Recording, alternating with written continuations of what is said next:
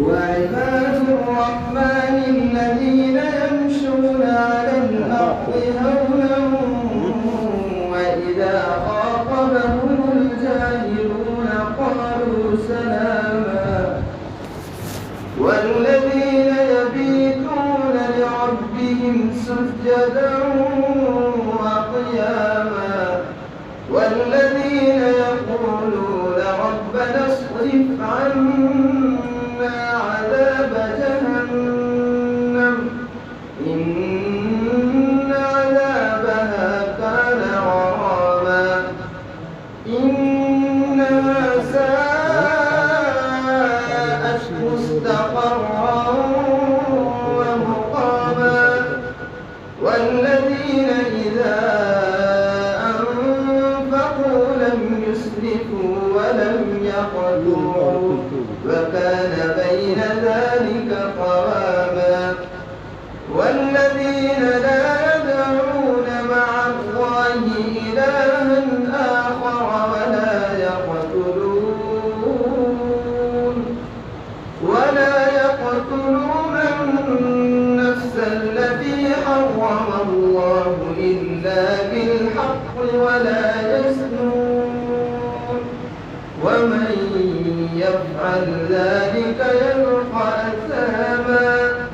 يضاعف له العذاب يوم القيامة ويخلد فيه مهانا إلا من تاب وآمن وعمل عملا صالحا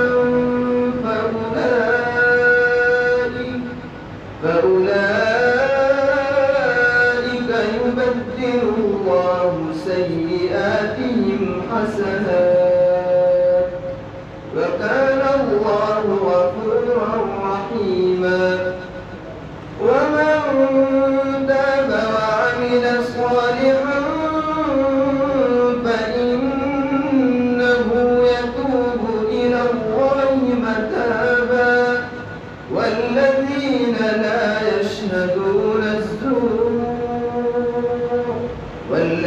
لا يشهدون الزور وإذا مروا باللغو مروا كراما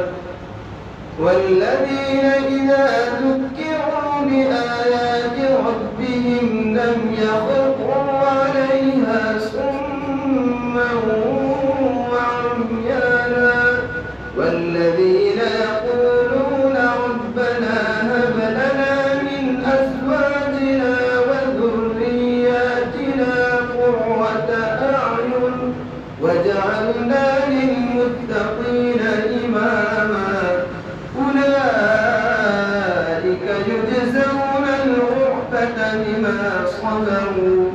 ويلقون فيها تحية وسلاما خالدين فيها حسنت مستقرا ومقاما